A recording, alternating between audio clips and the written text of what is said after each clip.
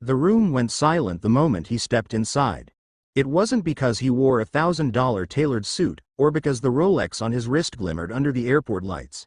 It wasn't even because of the way he carried himself, tall, calm, quiet, with the kind of presence that made people straighten their backs. No, the silence came from what had just happened.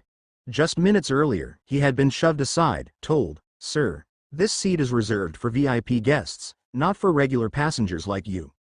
The airline crew had spoken sharply, almost dismissively, in front of a crowded boarding gate. They hadn't recognized him, hadn't bothered to check the manifest, hadn't even looked past the color of his skin and the simplicity of his demeanor. The man's name was David Langston, CEO of Langston Enterprises, one of the fastest-growing tech companies in North America. He was a self-made billionaire, the kind of leader who still carried the humility of the neighborhood he'd grown up in. But at that moment, to the flight crew, he was just another black man sitting in the wrong chair.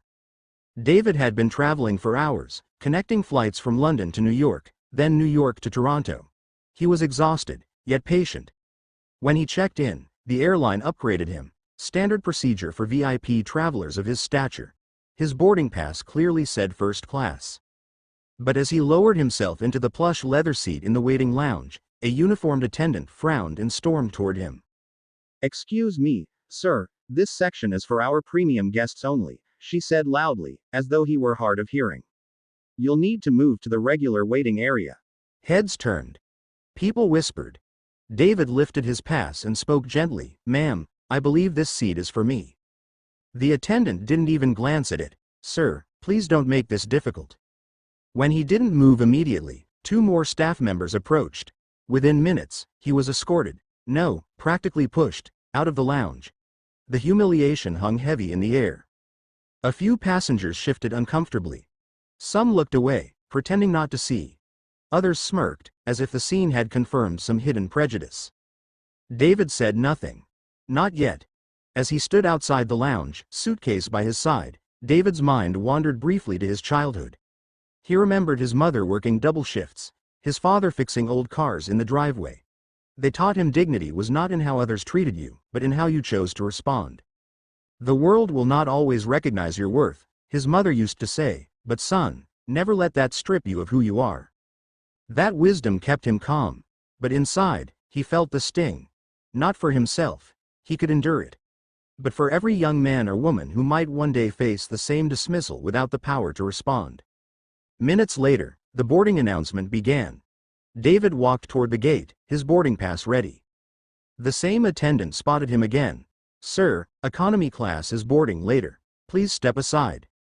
This time, David's voice was steady, but a little firmer. "Check the boarding pass." She rolled her eyes, snatched it from his hand, and froze. Printed in bold letters. "First class, seat 1A." Her mouth opened, then shut. The crowd around them murmured. And that's when the airport manager approached, flustered, recognizing exactly who was standing there. "Mr. Langston, sir, please, forgive us. We didn't realize." But the damage was already done. David didn't raise his voice. He didn't curse. Instead, he asked calmly, "Is this how you treat all your guests? Or just the ones who look like me?" The manager stammered, tried to explain. The attendants shifted nervously, and every passenger within earshot watched with a mixture of guilt, discomfort, and shame. On board, David sat quietly in his seat, 1A. The crew avoided his gaze, whispering nervously in the galley. The humiliation they had dished out was now their burden to carry. But David wasn't just any man. He was the airline's largest private investor. Langston Enterprises had recently purchased a significant stake in the very company that owned this airline. What happened next stunned everyone. As the cabin doors closed, David stood, adjusted his jacket, and cleared his throat. "Ladies and gentlemen," he said, his voice carrying through the cabin. "Forgive the interruption.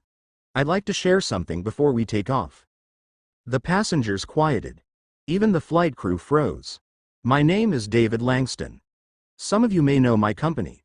What you may not know is that my firm is a major shareholder in this airline." A ripple of recognition spread. Phones discreetly lifted, recording. "Earlier today," David continued, "I was removed from a seat I had every right to occupy.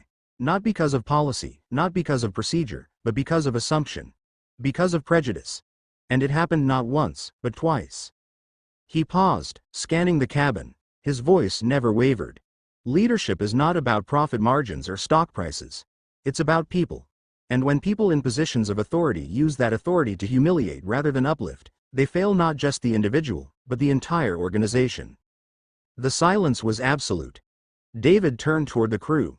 His eyes were steady, not angry, just resolute. To those responsible, I cannot, in good conscience, allow you to represent this airline another day. Gasps. Passengers looked at each other in disbelief. The crew turned pale. I'm relieving you of your duties, David said firmly, effective immediately.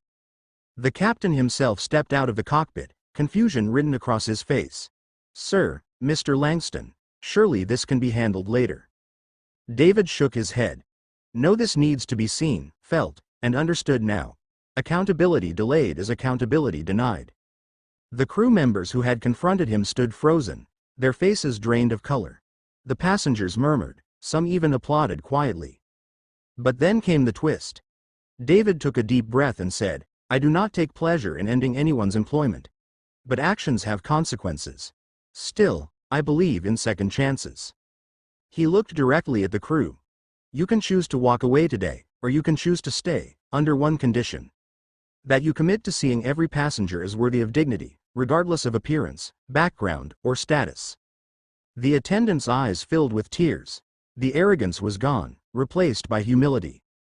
I will assign mandatory training, and you will answer directly to me for a period of 3 months. Fail once, and you are done.